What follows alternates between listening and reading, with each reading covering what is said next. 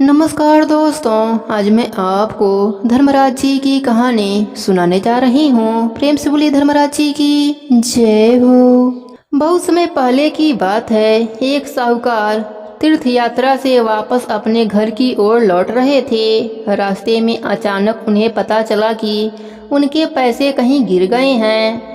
अभी उनका घर बहुत दूर था। बिना पैसों के घर तक पहुंचना असंभव था। अब वह घर जाएं तो कैसे जाएं? उन्होंने कई लोगों से मदद मांगी, परंतु किसी ने भी उनकी मदद नहीं करी।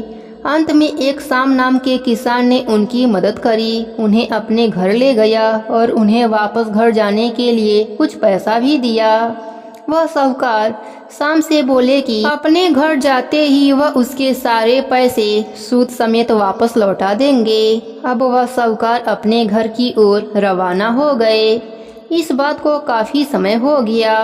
अब शाम भी उन पैसों को भूल गया था और वह साहूकार भी पैसा नहीं लौटाया था। एक दिन शाम अपने खेत जोतने के लिए एक जोड़ी बैल खरीद कर लाया। उन बैलों को लाते ही शाम के घर में खुशहाली छा गई। वह बैलों से अपने खेत जोतता और उसके खेतों में बहुत अच्छी फसल होने लगी।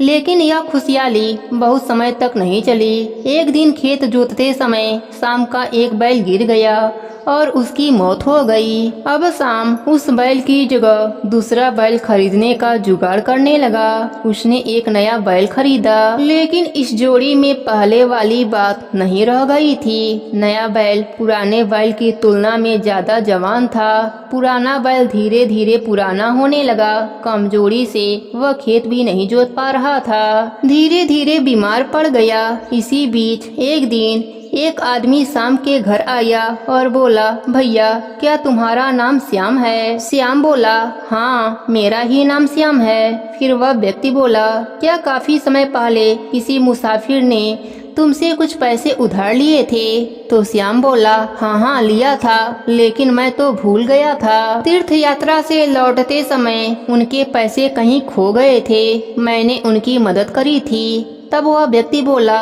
मैं उसी यात्री का बेटा हूँ। तीर्थ यात्रा से लौटने के बाद मेरे पिताजी की मृत्यु हो गई थी। मृत्यु के समय वह कुछ कहने की कोशिश कर रहे थे, परंतु कह नहीं पाए। तब श्याम ने पूछा, तुम्हें यह उधार की बात किसने बताई? तब वह व्यक्ति बोला, कुछ दिनों पहले मेरे पिताजी मेरे सपने में आए और बोले कि उन्होंने शाम नाम के व्यक्ति से कुछ रुपए उधार लिए थे, किंतु वह चुका नहीं पाए और उन्होंने मुझे आपके घर का पता बताया और मुझे यह भी बताया इस उधार को चुकाने के लिए उन्होंने बैल के रूप में जन्म लिया है और बैल के रूप में वह आपकी सेवा कर रहे हैं। धीरे धीरे आपका कर्ज चुका रहे हैं और उन्होंने काफी उधार चुका भी दिया है। अब वह बाकी का उधार भी चुकाना चाहते हैं, किंतु उनके शरीर में जान नहीं रह गया है। वह बीमार हैं, इसलिए उन्होंने मुझे आदेश दिया है कि बाकी बचे हुए रुपए आपको लौटा दूं, ताकि उन्हें बैल के शरीर से मुक्ति मिल सके। ऐसा कहकर उस व्यक्ति ने श्याम को बाकी के रुपए लौटा दिया।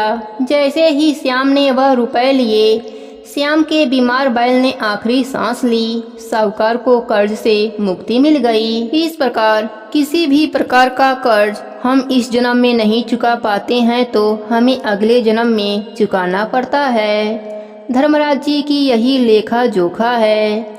जाने अनजाने पापों से मुक्ति पाने के लिए धर्मराज जी का नित्य नियम निभाना चाहिए, ताकि हमारा यह लोक सुखमय बन जाए और मरने के बाद स्वर्गलोक का सुख मिले। प्रेम से बोलिए धर्मराज जी की जय हो। चित्रगुप्त जी की जय हो।